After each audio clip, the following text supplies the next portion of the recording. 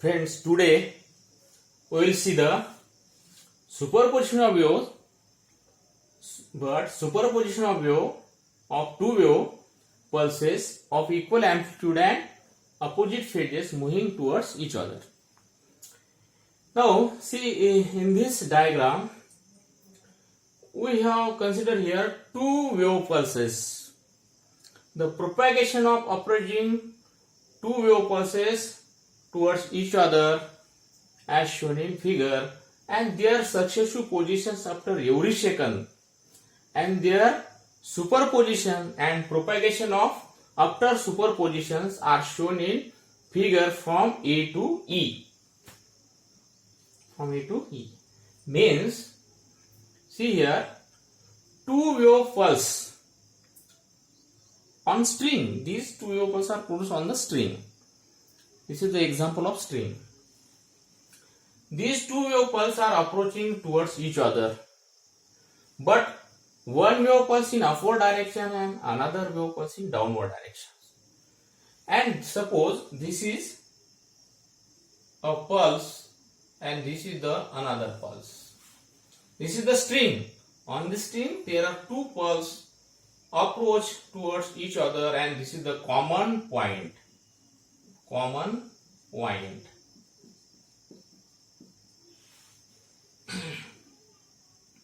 Now these two wave pulses are received on this common point at the same time. At that time, this common point is under the action of two simple harmonic motions, and therefore according to principle of superposition of wave, when this particle incident two wave pulses at a time, then this particle is move in upward direction. At the same time, this pulse, this particle pulled in downward direction. And when these two pulses are superposed to each other according to principle of superposition of wave, then the resultant displacement, we know very well what is the principle of superposition of wave. When two or more waves traveling through the medium passes through a common point, the resultant displacement is the vector sum of displacement due to two or more waves. Means resultant displacement, दोन्ही वेव्हचं मिळून displacement असते, त्याला resultant displacement म्हणतात. Resultant displacement is minimum केव्हा असते? काल सुद्धा बघितलं आपण. जर दोन वेव्ह एकाच पार्टिकलवर एकाच वेळेस एकाच मीडियम मध्ये येत असतील आणि त्यांचं रिझल्टंट डिस्प्लेसमेंट हे मिनिमम असेल, म्हणजे इथं झिरो आहे, हे फुल लाईन दाखवली, the displacement is zero, full line, and when displacement is zero, this type of interference is called as destructive interference. आणि त्यावेळेस डिस्ट्रक्टिव्ह इंटरफरन्स राहील म्हणजे डिस्प्लेसमेंट या कॉमन पॉइंटचं मिनिमम राहील. काल बघितलं आपण, जर ह्या दोन वेव्ह एकाच फेज मध्ये एकाच वेळेस एकाच पार्टिकलवर येत असतील आणि त्यांचं रिझल्टंट डिस्प्लेसमेंट काय होतं? मॅक्झिमम. लास्ट व्हिडिओ मध्ये इन फेज मध्ये, इथं अपोजिटच्या ठिकाणी इन फेज मध्ये होते, त्यावेळेस रिझल्ट डिस्प्लेसमेंट मॅक्झिमम, त्या टाइपला इंटरफरन्सला काय म्हटलं आपण? Constructive interference. पण इथं कोणता इंटरफरन्स आहे? Destructive interference. याला कोणता म्हणतात? Destructive interference. Destructive interference, this is called as destructive interference.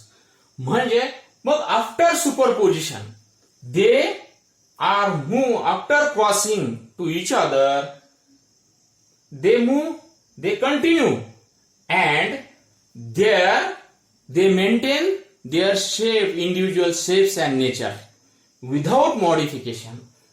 Means these are the waves before superposition and these are the wave pulses after superposition. Before superposition and after superposition, wave pulses, they have same shape and same nature, so that after superpositions they move, continue and maintain their individual shapes and nature. This is the unique property of the wave. काल सुद्धा मी हेच सांगितलं, ही अत्यंत महत्वाची property आहे. म्हणजे before superposition आणि after superposition म्हणजे त्या वेव्हच्या नेचरमध्ये आणि शेपमध्ये कोणत्याही प्रकारचा बदल झालेला नाही. हे अत्यंत महत्वाचं आहे. इथं काय पाहिलं आपण, दोन गोष्टी बघितल्या. एक, ह्या दोन पल्सेस अपोजिट फेजमध्ये एकाच वेळेस एकाच पार्टिकलवर येत आहेत, त्यावेळेस रिझल्टंट डिस्प्लेसमेंट इज मिनिमम आहे आणि त्या टाईपच्या इंटरफरन्सला डिस्ट्रक्टिव्ह इंटरफरन्स म्हणतात. आणि दुसरी गोष्ट, आफ्टर सुपरपोजिशन त्या वेव्हच्या नेचर आणि शेपमध्ये कोणताही बदल होत नाही आणि ह्या प्रॉपर्टीला म्हणला युनिक प्रॉपर्टी ऑफ वेव्ह. या दोन गोष्टी लक्षात घेतल्या. आता हे झालं, आता तुम्हाला एक हे झालं पूर्ण superposition of two wave pulses of equal amplitude and opposite phases moving towards each other. ह्या ठिकाणी हे लक्षात घ्या, इथं इक्वल अँप्लिट्यूड म्हटलं, या दोन्ही पल्सचा अँप्लिट्यूड इक्वल आहे म्हणून रिझल्ट डिस्प्लेसमेंट मिनिमम आहे. पण या दोन पल्सचा अँप्लिट्यूड इक्वल असण्याची म्हणजे नो नेसेसिटी, म्हणजे अशी गरज नाही की हे दोन्ही पल्सेसचे अँप्लिट्यूड सारखंच असावं.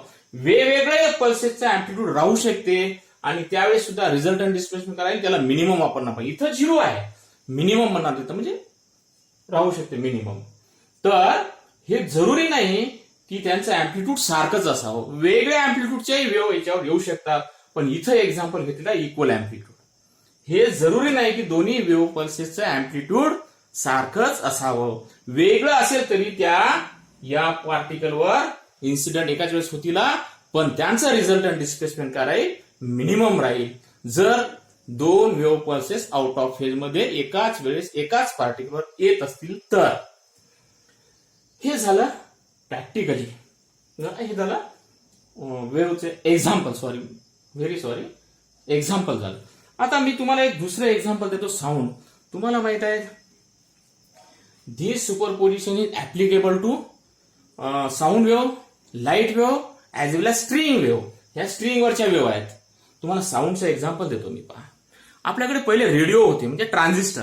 त्या रेडिओला नॉब राहायचा आणि त्या नॉबनं आपण काय करायचं, समजा त्याच्यावर स्टेशन राहायचे म्हणजे सेंटर, हे नागपूर सेंटर आहे, हे परभणी सेंटर आहे.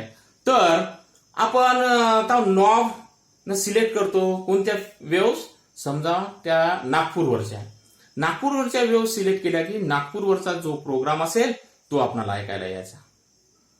आता पहा, समजा लता मंगेशकरचा प्रोग्राम लॉन्च होत आहे कुठून, नागपूर या सेंटरवरून, आणि तुम्ही ऐकायला लागले. तुम्ही तो नॉब नागपूरवर ठेवला म्हणजे नागपूर स्टेशन सिलेक्ट केलं की तुम्हाला नागपूरवरचा प्रोग्राम ऐकायला येईल. आणि तुम्ही एवढंच नाही, तो गाणं ऐकायला, लता मंगेशकर गाणं गात आहे तर तुम्ही आवाज ऐकत नाही, हा आवाज कोणाचा आहे, लता मंगेशकरचा आहे. आता त्या वेव्ह इथेच आहेत, परभणीवरून येणाऱ्या प्रोग्रामच्या वेव्ह इथेच आहेत. आता तुम्ही तोच नॉब परभणीवर स्टेशनवर नेला आणि परभणीवर अनुराधा पौडवाल गाणं गात आहे. तुम्ही म्हणता हा आवाज अनुराधा पौडवालचा आहे. आता पहा, तुम्ही ज्यावेळेस नागपूर सेंटर सिलेक्ट केलं त्यावेळेस नागपूरवरचा प्रोग्राम ऐकायला येत होता आणि तुम्ही त्यांचा आवाज सुद्धा ओळखला. ह्या दोन्ही वेव्ह एकमेकांमध्ये मिक्स झालेल्या आहेत, सुपरपोज झालेल्या आहेत आणि नंतर आपल्याला त्या मिळायला लागल्या. तर म्हणजे नागपूर सिलेक्ट केल्यावर परभणीवरच्या ऑप्शन सारख्या ऍक्ट व्हायला आणि परभणी सिलेक्ट केल्यावर नागपूरच्या ऑप्शन सारख्या ऍक्ट व्हायला. आणि ह्या वेव्ह मिक्स झाल्यानंतर, सुपरपोज झाल्यानंतर त्यांच्यावर कोणताही परिणाम झाला नाही. का झाला नाही, कारण जसं तिथं गाणं गात आहे तसंच आपल्याला ऐकायला येत आहे. जर परिणाम झाला असता तर आपल्याला सेम गाणं इथं ऐकू आलं नसतं, आपण आवाज ओळखू शकलो नसतो. यावरून हे सिद्ध होते की जरी वेव्ह सुपरपोज झाल्या तरी त्यांचं ते शेप, नेचर जे आहे ते बदलत नाही. It is clear from this example. Okay, तर हे झालं superposition of two wave pulses of equal amplitude and opposite phases moving towards each other.